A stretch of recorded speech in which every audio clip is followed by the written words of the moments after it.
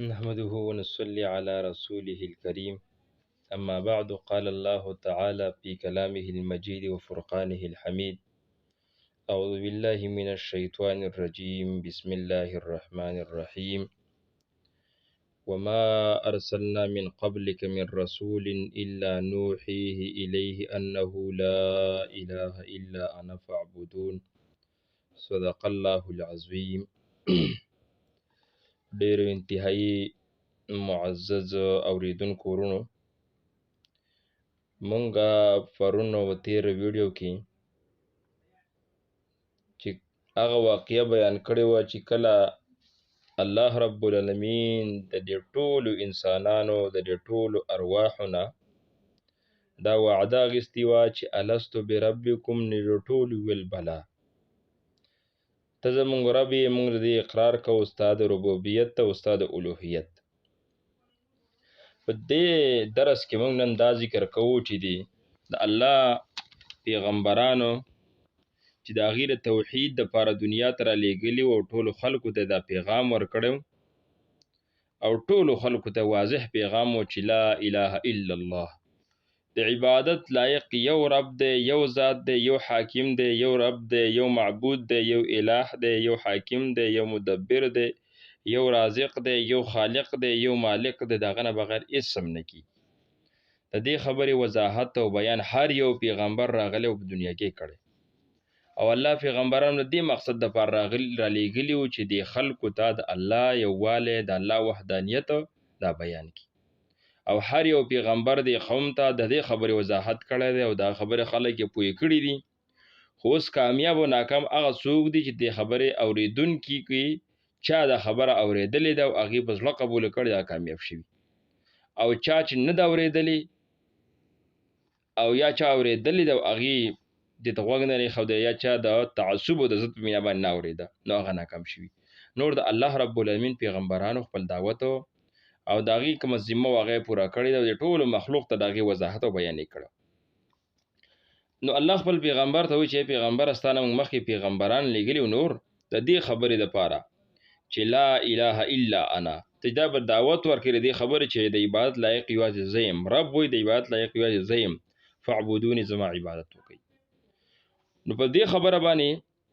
الله رب العالمین په هر زمانه کې هر یو خپل نبی او رسول دا د خلکو ته رالیږلی او دې خلکو هم دقه دعوت ورکاو. حضرت آدم علیه السلام چې د دې ټولو انسانانو دا پلار دی او هغه هم الله رب العالمین دنیا ته رالیږلی و او دا یې ورته ویل چې لاړ شه خلکو ته ووایه چې فاما یأتینکم مني هدی فمن تبع هدایا فلا خوف علیهم ولا هم یحزنون، چې تاسو ته زما هدایت درغې او چا زما د هدایت او د دین تابعداري وکړه نو به ده باندې څه یېره به هم نه وي او دی به غمجن هم نه وي، یعنې په دنیا په لحاظ به ده باندې یېره نه وي، ده باندې خوف به نه وي، غمجن به په آخرت په لحاظ باندې دی نه وي. ګوره د آدم علیه السلام دا وینا وه. د آدم علیه السلام نه وروسته الله حضرت نوح علیه السلام را لیږلی و، نوح علیه السلام ته دا ویلي و او هغه بیان او وضاحت قوم ته کړی و چې لقد ارسلنا نوحا الى قومه فقال يا قوم اعبدوا الله ما لكم من اله غيره اني اخاف الله عليكم عذاب يوم عظيم. چې نوح علیه السلام قوم ته ویلي چې انا ارسلنا نوحا، الله چې دا الله وایي لقد ارسلنا نوحا، چې یقینا موږ لیږلی نوح علیه السلام الى قومه خپل قوم ته، او الله به دا ګواه کوي هم چې د قرآن او دا هر څه به دې باندې ګواهي په دې خلکو باندې. او څه ویلي نوح علیه السلام؟ فقال یا قوم اعبدوا الله، ای قوم د الله تعالی عبادت وکړئ، ما لکم من اله غیره، چې د الله سوا بل څوک عبادت لایق نشته، انی اخاف الله علیکم عذاب یوم عظیم، زه یېرېږم په تاسو باندې د هغه ورځې نه چې هغه لویه ورځ ده، د هغې د عذاب نه زه یېرېږم. یعنې نوح علیه السلام هم قوم ته د الله توحید بیان کړی او د الله یووالی بیان کړی چې ما لکم من اله غیره، چې د یو اله بندګي وکړي، د یو اله تابعداري وکړي چې د هغه نه سوا بل اله نشته، یو د یو الله توحید بیان کړی، د یو الله وحدانیت بیان کړی. حضرت هود علیه السلام مبارک الله رب العالمین فرمایي چې هود علیه السلام و الی عاد اخاهم هودا، چې موږ عادیانو ته زموږ د دې ورور هود علیه السلام لیږلی او څه ورته ویل هود علیه السلام، د هغه وضاحت او بیان څه: یا قوم اعبدوا الله ما لکم من اله غیره افلا تتقون، چې قوم زما د الله تعالی عبادت وکي، واعبد الله د یو الله عبادت وکي، د یو رب بندگی وکي، مالکم من اله غیره چې د الله نه سوا تاسو لپاره بل اله او معبود نشته. فلا تتقون تاسو د الله نه یریږئ، دغه رب نه چې یو رب دی تاسو پیدا کړی، بل رب نشته، اله دی، خالق دی، مالک دی، د دین علاوه بل رب نشته، دغه یو رب نه وکي او د دغه یو رب بندگی وکي. یعنی د هود علیه السلام دعوت هم د لا اله الا الله، د الله د وحدانیت او د الله د یووالي. د هود علیه السلام نه بعد بیا د خلکو د ورسته الله رب العالمین صالح علیه السلام ورته ویلا ثمود اخاهم صالحا قال یا قوم اعبدوا الله ما لكم من اله غیره. سمودیانو د الله رب العالمین د دې ورور صالح علیه السلام راولېږو او صالح علیه السلام د قوم بیان سو، د صالح علیه السلام بیان سو قوم ته چې یا قوم اعبدوا الله ما لكم من اله ما من اله غیره، اے د قومه زما د الله تعالی عبادت وکي چې ستاسو د پاره د الله نه سوا بل اله نشته، دغه یو اله دی، یو رب دی، د غرب عبادت وکي. نو د صالح علیه السلام پیغام هم د توحید او د یو الله دی والیو، دغه سره بل شریک جوړول نه. دغه نه ورسته الله رب العالمین شعیب علیه السلام راولېږو او شعیب علیه السلام مدین ولته ویلا مدین اخاهم شعیبا قال یا قوم اعبدوا الله ما لكم من اله غیره. مدین ولته الله رب العالمین شعیب علیه السلام راولېږو، شعیب علیه السلام وینا وکړه یا قوم اعبدوا الله، ای زما قوم د الله تعالی عبادت وکي، ما لكم من اله غیره، د الله نه سوا تاسو بل اله نشته، تاسو د یو رب بندگی وکي، د یو رب عبادت وکي، د یو رب تابعداري وکي. ابراهیم علیه السلام هم الله رب العالمین را لګلو او ویلا او ابراهیم اذ قال لقوم اعبدوا الله واتقوه ذلكم خير لكم ان كنتم تعلمون. ابراهیم علیه السلام قوم ته ویل قومه د الله تعالی بندگی وکي، د الله تعالی عبادت وکي، واتقوه دقل یو رب نه ویریږي، ذلك خير لكم د تاسو لپاره غوړي که تاسو پوهیږئ.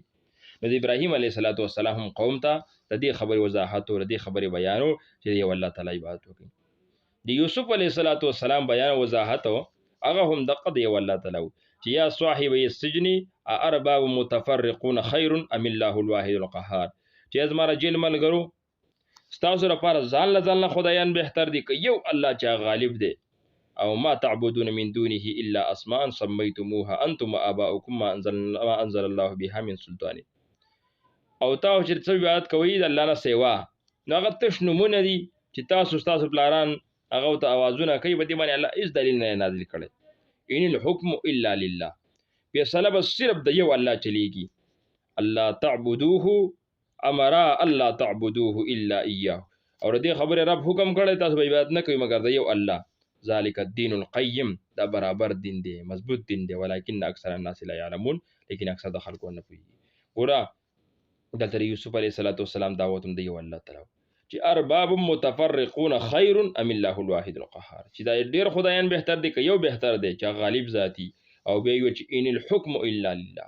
فیصله دا به یو رب چلیږي، دی یو الله به چلیږي. د عیسی علیه السلام وضاحت او بیانو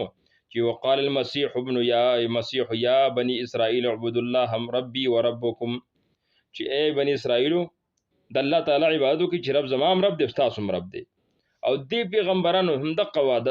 دعوه اعبدوا الله اعبدوا الله اعبدوا الله ما لكم من اله غیره ما لكم من اله غیره، د الله ومنئ، د الله بندگی وکړئ، د الله نه سوا بل څوک عبادت لایق نشته. او په اخر کې محمد رسول الله بیان وکړو چې قل انما انا بشر مثلكم يوحى الي انما الهكم اله واحد. نوح علیه السلام وایي تاسو شان انسان یم، خو ما ته وحی کیږي د الله رب العالمین طرفنا چې الله یو دی، الله سره شریک نشته، الله یو ذات دی، د الله سره شریک نشته. او قل انما هو الله اله واحد هو اله واحد وانني بريء مما تشركون. الله رب العالمین نو دی خلق ته وایي چې الله یو ذات دی، یو دی، واحد دی، وانني بريء مما تشركون، او زه جدا یم، او زه بیزار یم، او زه جدا کېږم دا څنګه شریک جوړوي د الله سره. یعنی په دې آیاتونو باندې چې موږ تاسو سوچ او فکر وکړو، نو په هر یو وخت کې د دې قرآني آیاتونو باندې غور او فکر نه و د انسان ته دا معلومه شي چې په دې ټولو پیغمبرانو وضاحت او بیان د لا اله الا الله، خو خپل پیغمبر د هغې سره بیا یو ځای شي چې د هغې نه بیا مختلف نور حکم او فیصله د لا اله الا الله، او د لا اله الا الله نه سوا د دې نور هېڅ یو بیان نه و، خو صرف او صرف د وخت د راتلو پیغمبر نوم د هغه ذکر کېده چې محمد رسول الله ابراهیم خلیل الله، موسی کلیم الله، عیسی روح الله، دا صرف دا به ذکر کېدل. نور بعد لا اله الا الله، د یو الله توحید، د یو الله د وحدانیت دعوت ہو. آخر میں ان ساتھیوں کو ایک مرتبہ پھر اور پچھلی ویڈیو کی طرح اس ویڈیو کی آخر میں بھی ان لوگوں کو یہ بات بتانا چاہتا ہوں کہ آپ میرا سپورٹر ہے اور میرے معاون ہیں. پچھلی ویڈیو کی طرح اس ویڈیو کو بھی لائک کرے، کمنٹس کرے اور شیئر کرے اور ہمارا معاون اور ہمارا مددگار بنے. میں اللہ رب العالمین کے در میں آپ کے لیے اور آپ کی اہل و عیال کے لیے اور گھر والوں کے لیے اللہ رب العالمین سے خصوصی دعا کرتا ہوں کہ اللہ رب العالمین آپ کی تمام مصیبت اور کاوش اللہ رب العالمین دور کرے. اللہ رب العالمین آپ کو اور ہم کو بھی آسانی عطا فرمائے. اللہ رب العالمین ہمارے اس جذبے کو اور اس معاونت کو اور اس ایک دوسرے کے ساتھ ہمدردی کو آگے جاری رکھی. انشاءاللہ اگلی ویڈیو میں انشاءاللہ آپ کو بیان کروں گا کہ تصرف یعنی شرک کے علاوہ الہ کے توحید کے علاوہ کتنے قسم ہے توحید کی، اور ان کے علاوہ شرک کی قسمیں ہیں کتنے قسمیں ہیں. انشاءاللہ میں اس پر تفصیل سے انشاءاللہ گفتگو کروں گا. سارے بھائیوں اور بہنوں کو ایک مرتبہ پھر درخواست کر رہا ہوں کہ ہمارے ویڈیو لائک کرے، واچ کرے اور کمنٹس کرے. جو بھی غلطی ہو تمام بھائی اس غلطیوں کی نشاندہی کریں کہ آئندہ کے لیے اس غلطی سے میں اپنے آپ کو بچاؤں گا. ٹھیک ہے جی، السلام علیکم ورحمۃ اللہ وبرکاتہ.